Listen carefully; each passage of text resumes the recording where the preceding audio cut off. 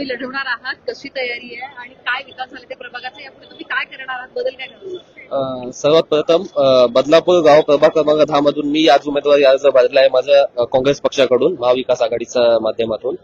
प्रभाग क्रमांक 10 मध्ये मी नगरसेवक झाल्यानंतर 100% तिथे एज्युकेशन, आरोग्यासाठी हॉस्पिटल आणि महिला सक्षमीकरणसाठी, वुमेन एम्पॉवरमेंटला कसं आपण वाढवणार आणि बदलापूर गावामध्ये जे ऍक्च्युअल विकास झाला पाहिजे होता ते विकास माझ्या प्रभागामध्ये, माझ्या स्पेशली मी माझ्या वार्डा संदर्भात म्हणेल, त्याच्यामध्ये कुठेही कधी विकास झालेला मला दिसून आलेला नाहीये.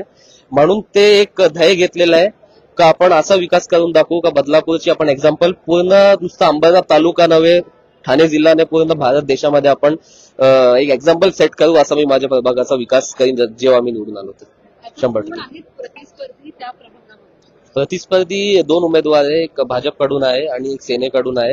अजूनही अपक्ष, अजूनही दुसरे कोणी उमेदवार असेल. ऍक्च्युअली फिक्स उमेदवारांची माहिती उद्या आपल्याला सर्व कळेल.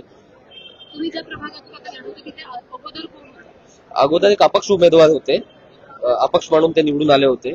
पण काय म्हणणार आपण, ते चांगले व्यक्ती होते, तरी सुद्धा बदलापूर गावामध्ये जसा विकास हवा होता तसा झाला नाही. बदलापूर गावामध्ये विकासाच्या नावाखाली नुसतं आम्हाला जे नको हवा होता ते भेटलाय. म्हणून 100% मी बदलापूरमध्ये निवडून आल्यानंतर चांगली अभ्यासिका, कॉम्पिटेटिव्ह एक्झामसाठी केंद्र, संगणक केंद्र, त्याच्यानंतर आरोग्यासाठी 1.5-2 वर्षाचा पाठपुरावा करून 100% एक हॉस्पिटल आपण तिथे उभारू आणि असा आपण बदल घडवून दाखवू का ते बदलापूरची जनता कधीच मला विसरणार नाही, असा मी 100% काम करणार.